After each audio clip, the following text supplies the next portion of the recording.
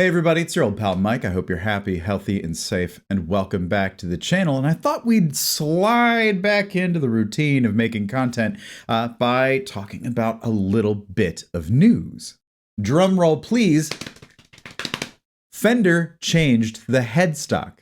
This particular morsel of news should be pretty interesting for those of you who have seen my American Vintage 2 1966 Jazzmaster review, in which I had some critical things to say about specifically the fretwork and a few other things, but visually, my main complaint was that they got the headstock wrong. In 1966, when Fender rolled out the bound block inlay neck, they used the CBS style headstock. Now you can find that headstock on bound dot inlaid necks, but to this day, I have never seen a small headstock bound block inlay neck from that era. I've never seen it. And people have sent me a few examples, and they've all been modified headstocks. So I still haven't found what I'm looking for. I know, pretty amazing news, right? This is going to be a game changer for guitars, the industry, the world. It's pretty interesting because it seems that they've heard the complaints of, CBS Jazzmaster enthusiasts like myself, but I was far from the only person who noted the era incorrect headstock used on the 66 reissue. I have to say, I'm actually completely shocked that Fender made this change. I did not expect them to do a mid-run refresh, but here we are, and let's take a look at it.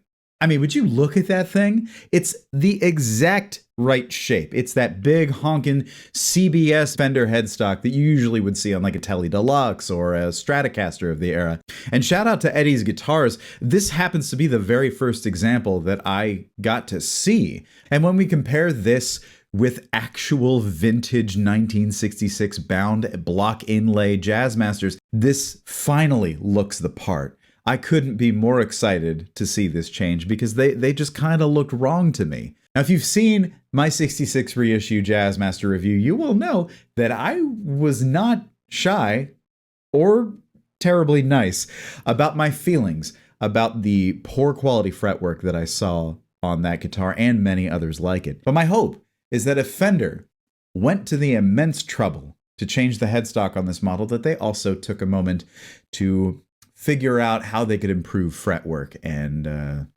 I haven't heard any reports. I haven't had one in my hand, so I can't say, but I want the best for Fender. I have the highest of hopes and expectations for my friends at Fender. And, I find the headstock change to be somewhat encouraging. So if I happen to be able to get my hands on a new 66 Jazzmaster with the big headstock, I will happily re-review it, particularly if it's Dakota Red, because I'm really interested to see how close they got to the actual vintage shade of Dakota Red. So while this is certainly not the most earth-shattering news in the world, I really wanted to share this with you because if you're like me and you care about Fender instruments and you were a little bit disappointed by the small headstock on this model, well, good news. They've got the big one now. I'm also quite curious to see whether or not there's going to be like a ripple effect on the secondhand market. Are these now rare, wrong headstock 1966 Jazzmasters